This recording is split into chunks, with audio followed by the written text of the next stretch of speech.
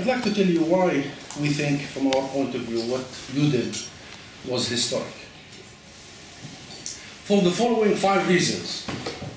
The first reason, it's a right. And this right has waited 67 years. This right should have been fulfilled and granted to the Palestinians in 1947. Exactly when there was a United Nations resolution to divide our land without even consulting us. The international community should have granted our birthright of self-determination. Rights of self-determination should never and is never part of a negotiation process.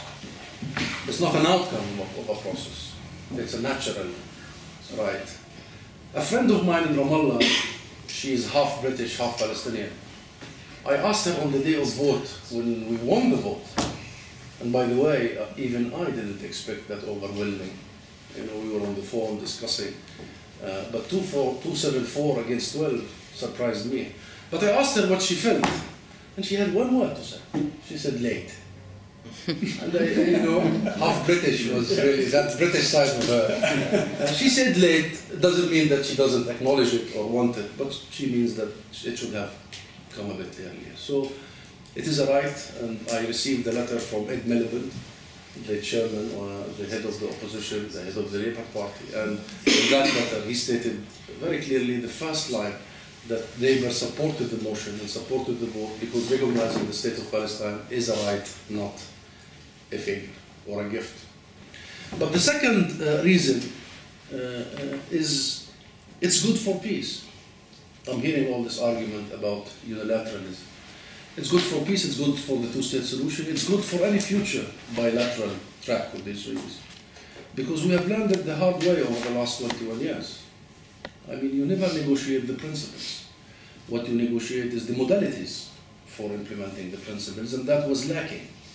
The issue of recognition and self-determination for Palestinians was left for Israel to decide. It's almost like giving the key to the wolf, the key to the lamb's freedom, giving it to the wolf. That was a bad choice.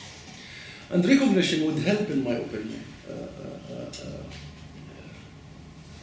increase the chances when we are ready to go back to a genuine, meaningful peace process, of a process that is much more genuine and has a chances of success.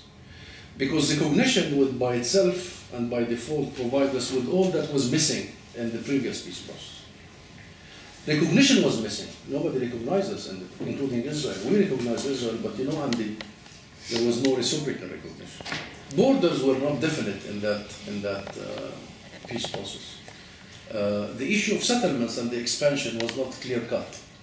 There was no deadline or timetable, finish line, and the mediation was left for the US. The recognition will alter that dynamic, in my opinion, and it will provide a future negotiated process with a better chance of surviving. And you know, I don't think really the criticism about recognition being unilateral is serious, as you don't think as well. I mean, recognition is unilateral by definition. It's unilateral by the recognizing state. But the idea of recognition is the epitome, is the definition of collective work, is the definition of multilateralism. And you know, we Palestinians have been trying our best to go to the multilateral track, but we are blocked, as you know, by the United States of America. So this is the other route, if you may, to multilateralism, to international system. The third reason is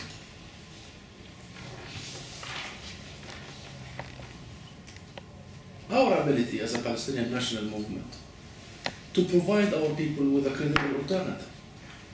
You know, the question is not whether we should resist or not. Definitely we must resist. I mean, it's an obligation upon us to resist the occupation, to resist the illegality, to resist the daily theft of our land, to resist the daily murder of our children. It's an obligation upon us and upon you. The question is only about the means of resisting. That's the only question. And here, you have seen a method that Israel provoked during the summer. And we have been trying to provide the Palestinian people with a different alternative that could be effective and can work, which is a peaceful, popular, non-violent resistance. And I think your recognition has given that alternative a lifeline. Like the IRA or the ANC, they would have never adopted non-violence if it was not effective. They only abandoned violence when the alternative became effective and possible and doable. And by the US blocking our route to international diplomacy, international legitimacy, we were unable really to present a credible alternative. The fourth is that recognition is a two-way street. It's not just we are seeking you to recognize a state. We are seeking that you recognize the state. And that brings not only entitlement, but responsibilities upon us. And you cannot be part of the kind and the type of our state unless you recognize it. By recognizing, I believe you might help us building a different kind of state in the Middle East. Something that our people aspire to, want, and they have the historic foundations for it, being a tolerant society and being a diverse society, and having produced such a democratic process, albeit and despite under occupation in 2006. So the fourth factor is really our own responsibilities as Palestinians. When we seek your recognition, effectively, we are also saying that we want to commit to international law, to your own values and principles. And I think it's a good deal. It's a very good deal, given the mayhem in the region, the sectarian mess we are in. To aspire to establish a state based on the ethos of plurality and democracy and inclusivity is a very important task. And the fifth and the last is it's not, the recognition in our opinion is not just about us, the Palestinians, it's also about you. I mean, for almost 70 years, you have been doing well in almost every other place, but Palestine has been the exception, which has dented your principles, dented your systems, dented the international law you have created. I mean, values are cannot be subdivided. You cannot pick and choose. And laws are not also subdivided. And I'm sure you've heard about the historic legacies and the historic responsibility of Britain. I'm not going to engage in it, you know it. I'm going to engage in the leadership of Britain and the inspiration Britain could bring to us. I mean, only a few days after your vote, the Irish Senate voted. That was not a coincidence. You do have a leadership role in this region. And the Spanish Parliament is about to vote, I think, this week, the coming few days. This was also not a coincidence. And it has to also do with Britain itself and its own society. I mean, the inclusion and the integration of your own communities. You also need to convince the millions of Muslims, Christians, and Jews alike that diplomacy and international law works. You need to convince them of that, to dissuade them from other venues. And it's a problem here, as you know. So it's about you. And I'm glad it happened at the very right time. So the question comes then, where do we go from here? There was unbinding yet important decision. You know, those who talk about it as symbolic undermine the power of symbolism. We welcome symbolism. Half of what we do is about symbolism, really. Half of what we do in our life. Abu Ammar Yasser Arafat was all about symbolism. He insisted on the red carpet because he knows the power of symbolism for his own quest for sovereignty and independence. So fine, but it's not just symbolic. It was a moment when it has really reflected the will of the British people. And I don't think your government can afford to avert it or avoid it totally. That was such an overwhelming political vote. And I take it, your house is democratic, and I take it does represent the will of the British people. 274 against 12, I mean, that was really overwhelming. And with all the discrediting the pro-Israel lobby did about that vote, that was overwhelming. I did not expect it. Yes, the work has just begun, and the journey has just started, but at a very good note, very good starting point. So delighted I was that people now are afraid to argue against the rights of Palestinians. What a shift. That is the beginning of a real transformation.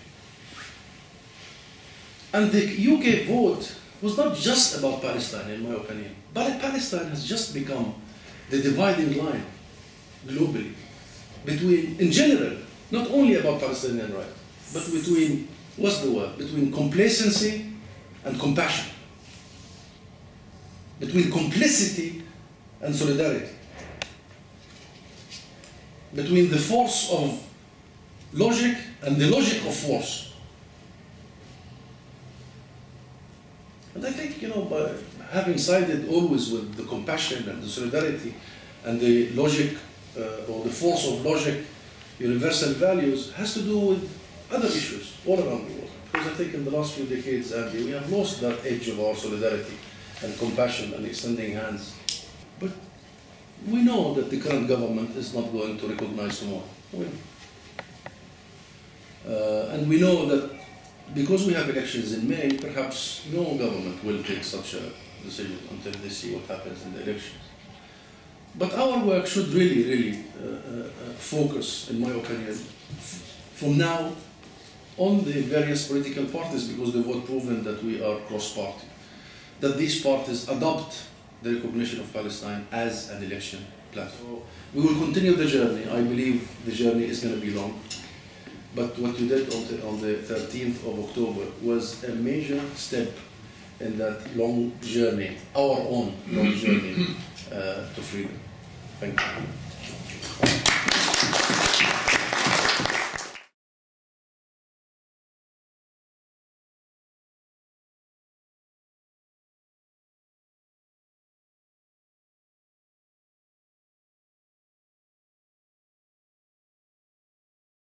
Half British, half Palestinian.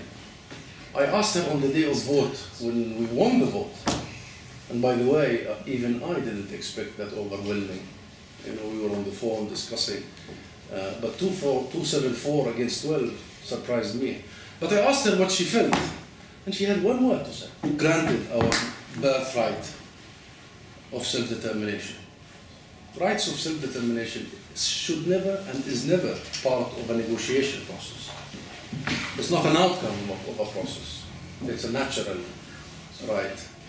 A friend of mine in Ramallah, she is half. For this reason, it's a right. And this right has waited 67 years. This right should have been fulfilled and granted to the Palestinians in 1947, exactly when there was a United Nations resolution to divide our land without even consulting us. The international community should have.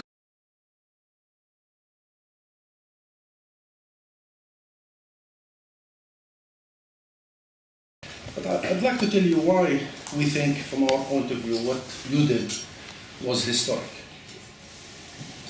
For the following 5 reasons. The first, she said late.